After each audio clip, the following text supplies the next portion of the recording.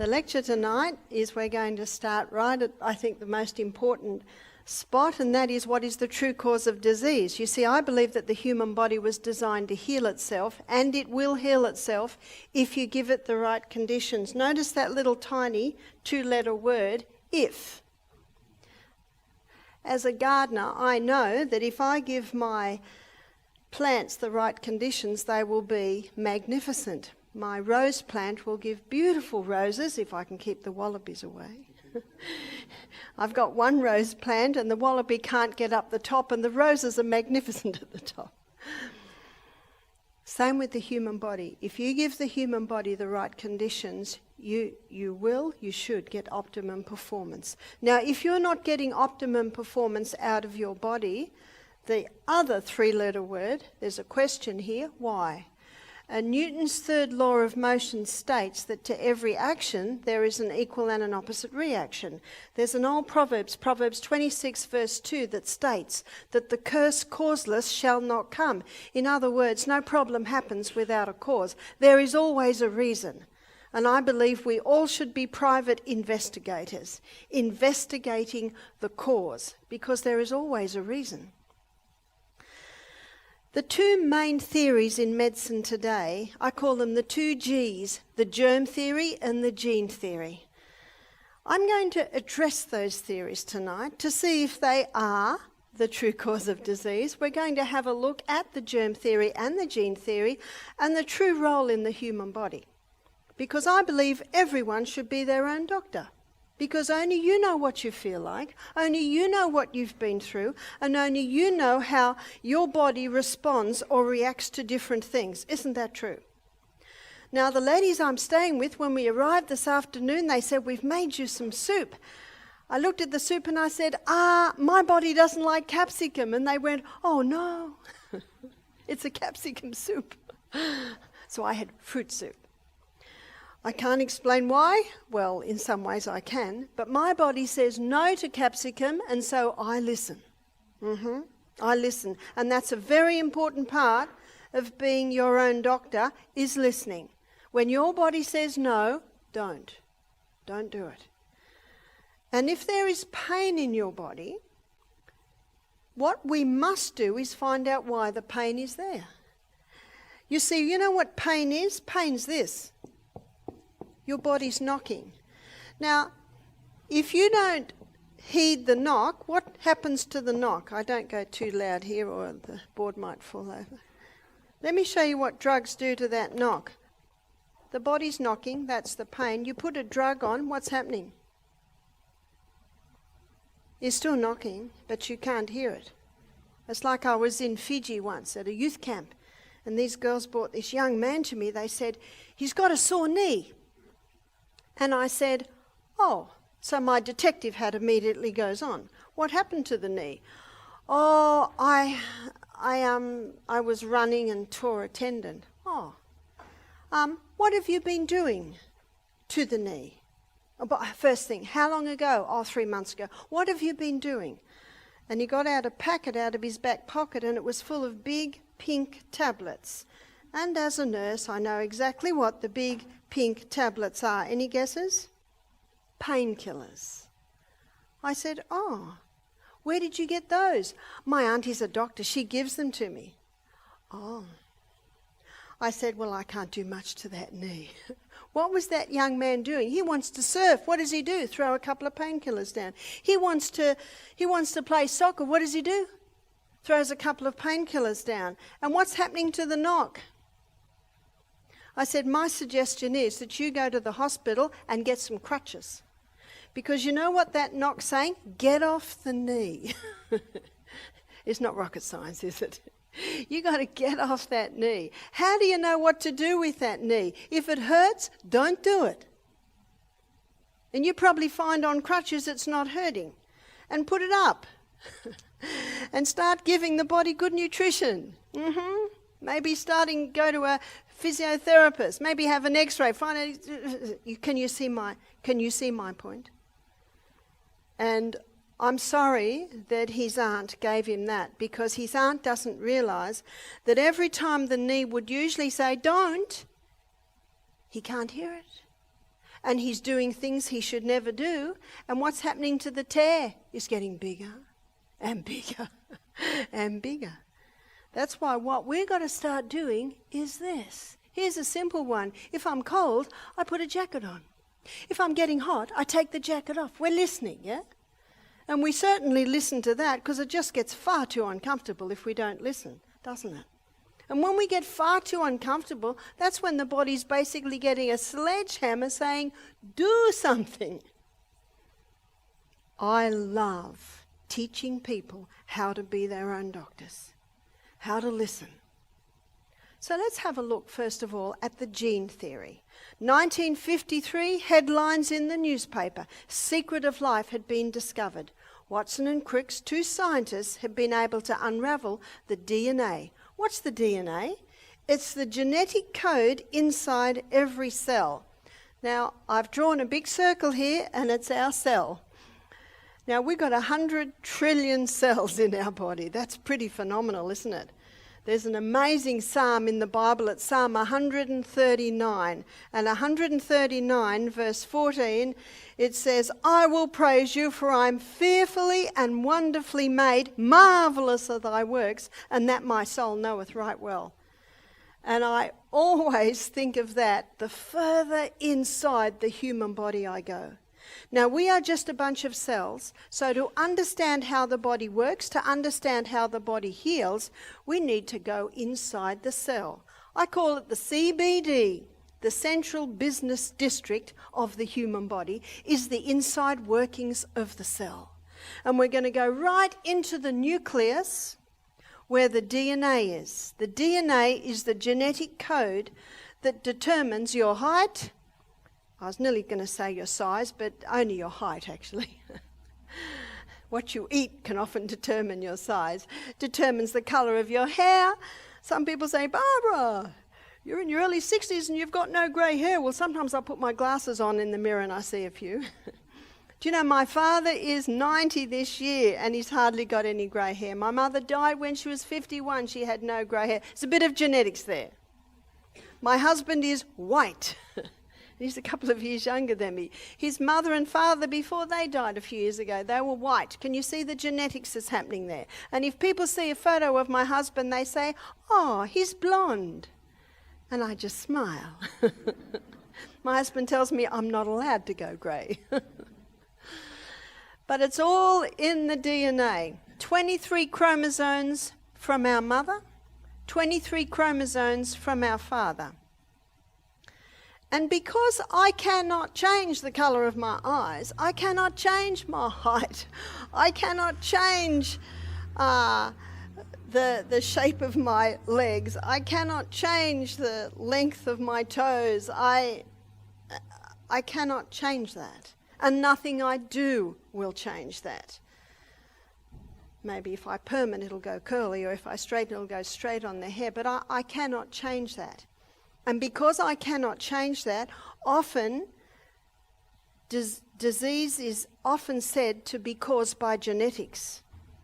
But just as I cannot change my height, the colour of my eyes, the colour of my hair, unless of course I dye it, I cannot do that, but I can change the genetic code that has come down regarding my health status. Isn't that good news?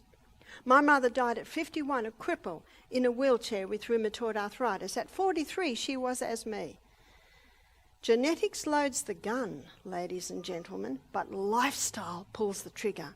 And as we go through these lectures, you will see that. So I have strong genes, strong genetic weakness towards rheumatoid arthritis. And every now and then, my body goes like this. And there is a knee that does that. And whenever my body starts to go like that, I do a little bit of adjustment in what I'm doing. I might take some turmeric capsules, which is very strong anti-inflammatory, and the knock goes away. As I stand here, and the last few months, there is absolutely no pain in that knee. But every now and then something might happen and my body goes like this and I'll make a few adjustments and then it'll settle down. Oh, it's so nice to know how to manage what's happening in our body. But can you imagine if I said, oh, it's in my genes, My mother had it, and on Saturday morning I'm going to go to the mind and show you what a powerful part that plays in the health status of our human body. But if I accepted that and said, well, it's just me, it's in my genes, chocolate cake, coffee, tea, all the acid-forming foods, what would happen to my arthritis? It would get bigger and bigger and bigger. Nice to know how to manage things. The man I mentioned from Saudi Arabia who conquered his eczema, his psoriasis, he's managing it. And if he goes off the rails and does everything wrong, what'll probably happen? It'll come back. Time to readjust and get it under control again. A lot of information in the DNA. If you were to put all this information into alphabetical language, it would fill 1,000 books with 1,000 pages and 3,000 letters on each page. That's quite phenomenal. What is the DNA made up of? It's made up of the food we eat. So the outside strands is made up of polysaccharides. And polysaccharides simply means many sugars.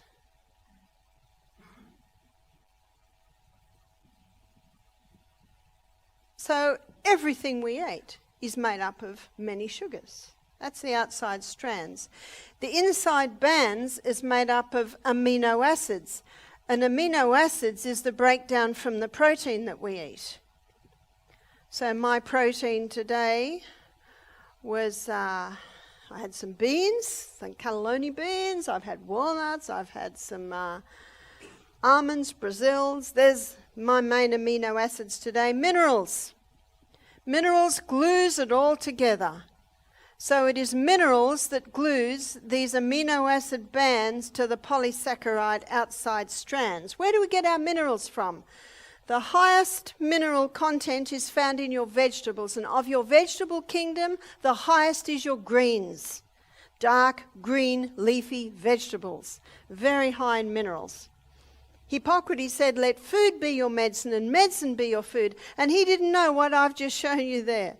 He didn't know that our DNA is made up of the very food that we're eating, the very code, the very blueprint, the very formula that determines how we're remade. And when I look in some supermarket trolleys, I think, how will their DNA ever be made? Have you noticed? In Coffs Harbour, a big town near us, there's quite a few Africans have moved there. And I was in the supermarket one day and I looked in one trolley and it had big tubs of the cheapest ice cream you can buy and huge bottles. I don't know whether you can get 3 kilo Coke bottles, but they look very big. Ooh-wee. Do you know, they come to our country and say, wow, look at the cars, look at the technology. These people must know how to eat. Wrong. Do you know what else we've got that's very big? Hospitals. We're constantly being remade. Did you know you've got new eye cells every 1 to 2 days? That's why if you get something in your eye, you really should get it out within that day, because otherwise new eye cells will grow over it. And it also explains why if people have eye surgery, it's usually day surgery. They're usually home in a day or a couple of days. The eyes heal very quickly. The next quickest are the cells that line our gastrointestinal tract. Now, the gastrointestinal tract's a very interesting part of the body because it's not part of the body.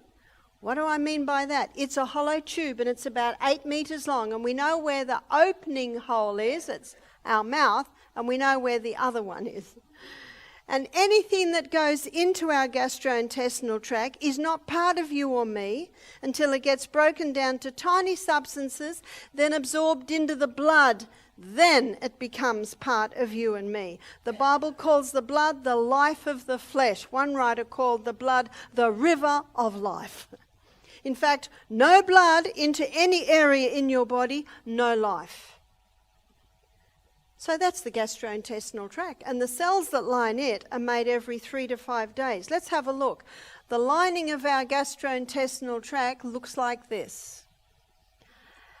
And way down here, one writer called that the nursery.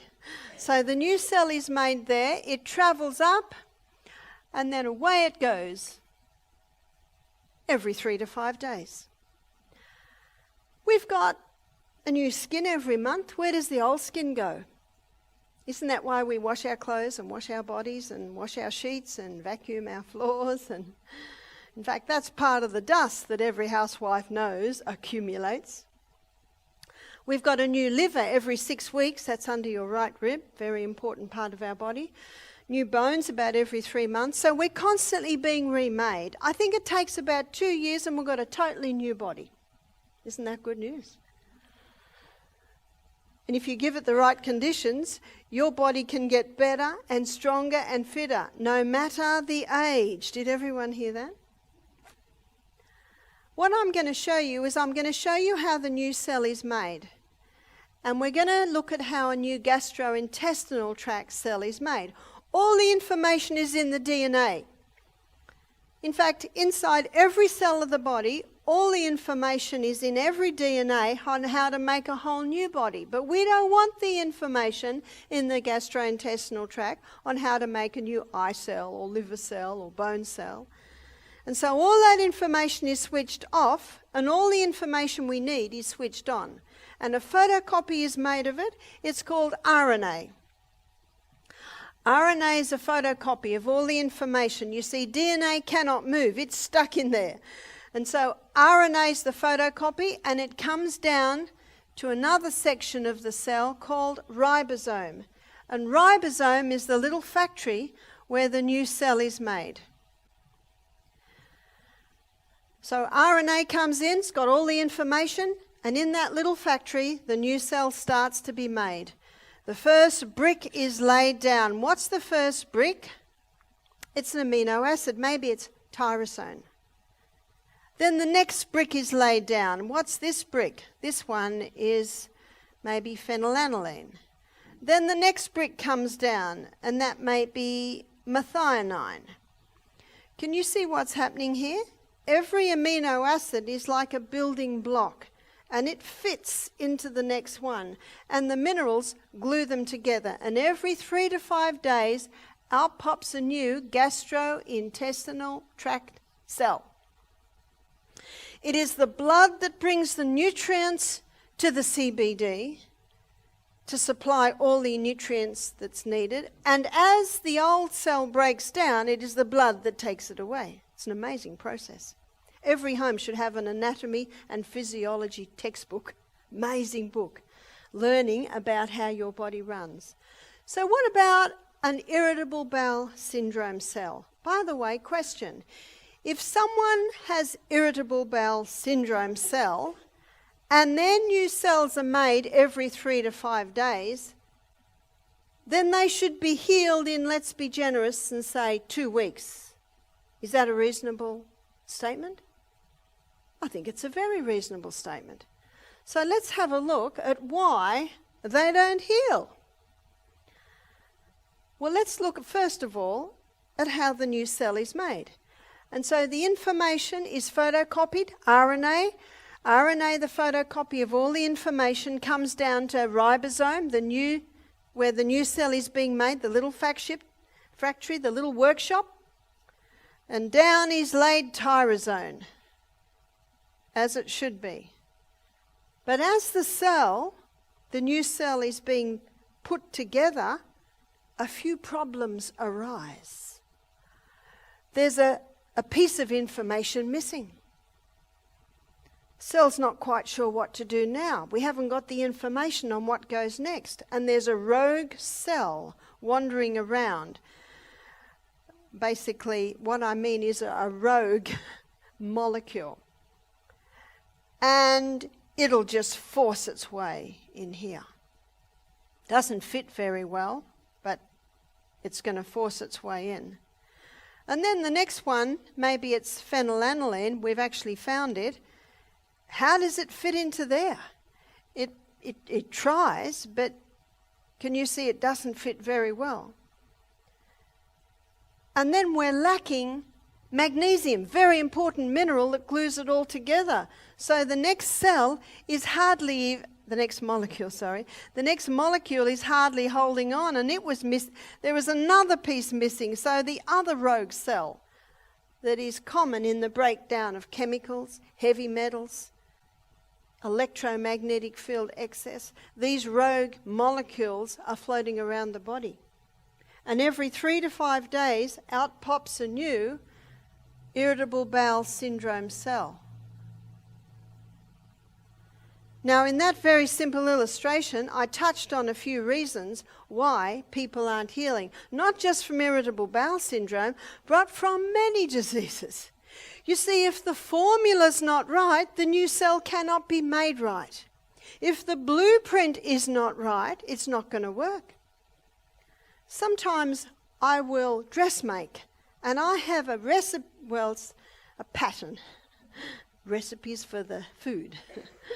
I have a pattern, and I can make this skirt without even ever trying it on, put it on, and it'll fit perfectly. Not all patterns are like that. I have a pattern at home, and every time I make a skirt from it, I have to readjust and readjust. I should throw it out. It's just hard to throw something out.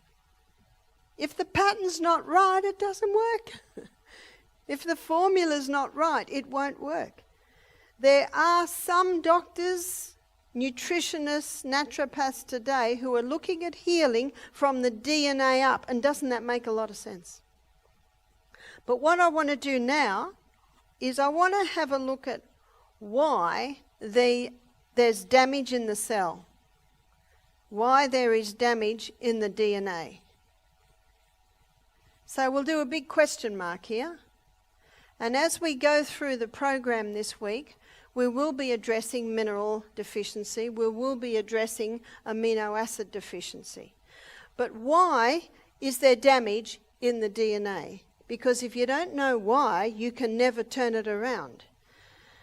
92% of DNA damage, research is showing today, is caused by a mineral deficiency. A mineral deficiency? Surely we are eating better now than we ate 100 years ago. Well, in many areas, yes. But the problem is the soils are deficient. Why are the soils deficient? The soils are deficient because of the way agriculture is done today. You see, traditionally, land was always fed. Let me give you an illustration. Let's say a person had a crop of corn in. The corn would be harvested, and what the farmer often would do, he'd just pick the corn, and then he'd get his tractor, and he would plough up the corn back into the soil. And a lot of the nutrients that are in those stalks from the corn, where do they go? Back into the soil.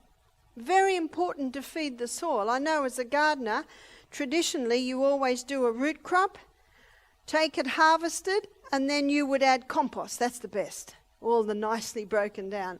And then the next crop will be a top crop. So you alternate your top and you alternate your root crops because they take different nutrients out of the soil. And in the Bible, there's a formula too. They rested the land every 7 years. So every 7 years the land had a rest. And when it was time to plough up the land again, it was all ploughed up. And it was ploughed several times, so the weeds that were growing there, that's called a green manure crop. Those nutrients went back in. But today, many times the same crop is grown again and again and again. The soils are getting exhausted. And often the farmer puts superphosphate in the soil because it produces show ponies of vegetables. Looks good, but it doesn't taste good. When you eat an apple off a tree, when you eat a strawberry off a strawberry plant, it's pretty amazing, isn't it? Do you know what the flavour is? It's minerals. So when you buy fruits and vegetables that are tasteless, I can just about assure you they're probably mineral-less too. Now when someone is living on fast foods, we had one lady come here, she said, we do McDonald's one night, Kentucky Fried Chicken the next night, the local takeaway the next night. And very little minerals in fast food. But we have people today who are eating vegetables every day, who are eating fruit every day. But because the soils are deficient, the plants are deficient. Now superphosphate binds up or it locks calcium. Calcium's called the trucker of all nutrients because when calcium is increased in the soil, all the other minerals piggyback on the back of it. And so the plants are deficient because a lot of the minerals are locked up in that soil. No wonder so many are mineral deficient today. And on top of that, you put something else into the body that's leaching the minerals that are there, stimulants. We've got a nation today who are just about living on the stimulants. They're always tired, so what do they take to get a pick-me-up? Caffeine. Now, caffeine is very effective at leaching calcium and magnesium out of the body. Now, they're two very important minerals. So let's say we've got a person who's mineral deficient to start with, and on top of that, they're drinking the coffee. No wonder so many people are mineral deficient, and that, of course, is causing damage in the DNA. Sugar. How could something so sweet be so poisonous? We have 3 books in our library at home, or in our health centre, I should say. One's called Sweet Poison by David Gillespie. I think many people have heard of that or maybe read it. Another one's called Pure, White and Deadly by Dr. Yutkin from England. In one of his chapters, he claims it should be banned. It is so toxic. And the other book is called Sugar Blues, because you know what sugar does? It causes a high, then it causes a low. There's the blues down there. And because of this high, low that the sugar causes, pancreases are wearing out, the arteries are breaking down, 300 diabetics, actually I think it's up to 400 now, 400 diabetics diagnosed daily in Australia. That's daily, and I'm pretty sure New Zealand won't be much different. Because I look at your shops, I look in your supermarkets, and yeah, New Zealanders are eating much what Aussies are eating. Many people are sick through ignorance. Many people do not realise what these foods are doing to them. Another is tobacco. 4,000 chemicals in one cigarette. Whew. We had a lady just last week. She was coming off 30 cigarettes. No, she was coming off a packet of cigarettes a day for 30 years. And it was the first time she'd stopped. At the end of the week, she said, I can't believe I'm not suffering more. Why aren't I suffering more? I said, well, you've done a couple of days on juices. You're having the steam sauna every afternoon, diving into the mountain stream, back into the steam bath. You're sweating out a lot of the poisons. And when you sweat out those poisons, they're not in your body for your body to have to withdraw from as much. She was excited.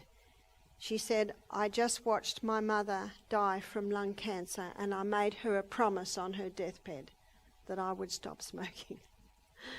I said to her, how do you think you'll go? She said, well, I'm going to give it my best shot. I said, great. That's good. It's nasty stuff. Many die from not only the lung diseases, but many associated diseases that can be linked with tobacco. Alcohol's a neurotoxin. It's a brain poison. There is no safe dose of this. Now, that statement I just said, there is no safe dose of alcohol, the health department in Australia have issued that warning. No safe dose of it. It's a neurotoxin. It should never enter the human body. But what we're looking at now is causing DNA damage. Children are being born today with holes in the honeycomb shape around the lungs from smoking parents. Children can develop emphysema when they're getting into even their 30s, never having smoked just because of the weakened lungs from their parents. We're getting children born today with fetal alcohol syndrome. This just isn't parents drinking, or the mother, drinking alcohol in pregnancy, though that is dangerous. This is the DNA that both parents have given their children. What's also causing damage in the DNA is chemicals. It is estimated that we are introduced to 30,000 every year. You have no say over your neighbour's house, but you have total say over your little castle. Tomorrow morning, have a good look in your laundry cupboard. Many people are poisoning themselves with what they are doing their cleaning with. We had a lady last program. She was 45, and one of the guests said to her, "Are you coming off cigarettes?" Because she had a terrible cough. She's never smoked in her life. She's a cleaner. So she's breathing in the chemical fumes the whole time. So part of the program I set up for her when she left us was no more chemicals. She said, "What if I wear a mask?" I said, "The sound of that chest, I don't like to predict what it'll be like in a few more years if you don't do something. You know, if you don't turn the tap off, you're still going to be mopping up in the other corner. If you don't find the cause, you will never have a cure. There are some things that must stop if you're looking for optimum performance. Be careful on what you're cleaning your teeth with, washing your hair with, washing your clothes with, even the fibers on your clothes. Be careful of that, because your skin has millions of little holes in it, and whatever touches it, it absorbs. So be careful of those chemicals. There's a little book, I'm sure you're familiar with it, called Chemical Maze, and that little book will show you what all those numbers mean on the foods you eat. Electromagnetic field excess. As we were driving, we're staying, I think, up in the Bombay Hills, and as we're driving to this meeting, I saw these big electrical towers, and the wires are right on top of houses. Do you know, it never used to be allowed to do that. But we had a lady, she sent me her book that she's written. And her book is a story of her journey. She and her husband bought a house. There's the house. Sorry, that's the house yard. Here's the house here. And huge, big electrical towers. Sorry, I'm not a great drawer. That's an electrical tower. Right out just at the back fence. Now, they put in a swimming pool. And chlorine will intensify that electromagnetic field. Plus, at the same time, she's landscaping. Beautiful landscaping all around the pool. And a lot of the mulch she used was a bit moulding. Can you see what's happening here? We've got this. In fact, there's about 500 times the electromagnetic field underneath those towers more than is usually coming off the planet, because we are electrical people, and one of the biggest electromagnetic fields is coming from the sun, but it's not a problem unless we're out there too much. I'm talking about the excess. Now, none of her family got problems, but she did, because they're just there at night. And they were a little bit more away. You don't have to go far away and you get an incredible drop. But she's out there. Unbeknownst to her, the chlorine in the pool is intensifying. The mouldy mulch. What was happening with this woman is she was getting a chemical, an electromagnetic field, which you can class basically as chemical, and the mold, you can also class them as chemical, building up in her body. At the age of 50, her stomach started to swell, her breast started to release fluid, and if she went anywhere near a mobile phone, she'd begin to dry reach. She had to move out of the house. No doctor would acknowledge her problem. So why can I go near a mobile phone and not start dry reaching, but she would? She was full of poisons, and every time one more drop went in, what's happening to her? She's getting spillage. Whereas maybe my poison electromagnetic, maybe I'm there. So if one more drop comes into me, I don't get an overflow. So you see, I don't get a reaction. So what did this woman do? She had to go to a place where she had no exposure to an electromagnetic field. She had to go on a very, very strict diet of organic foods, and she had to go through detoxes, so she eventually got her level down so she could basically function in society. None of her family had the problem, remember? They weren't in the backyard all day. They didn't have that close exposure. So if you are in a house under electromagnetic fields, what is my advice? My advice is to move. So can you see what's happening in a lot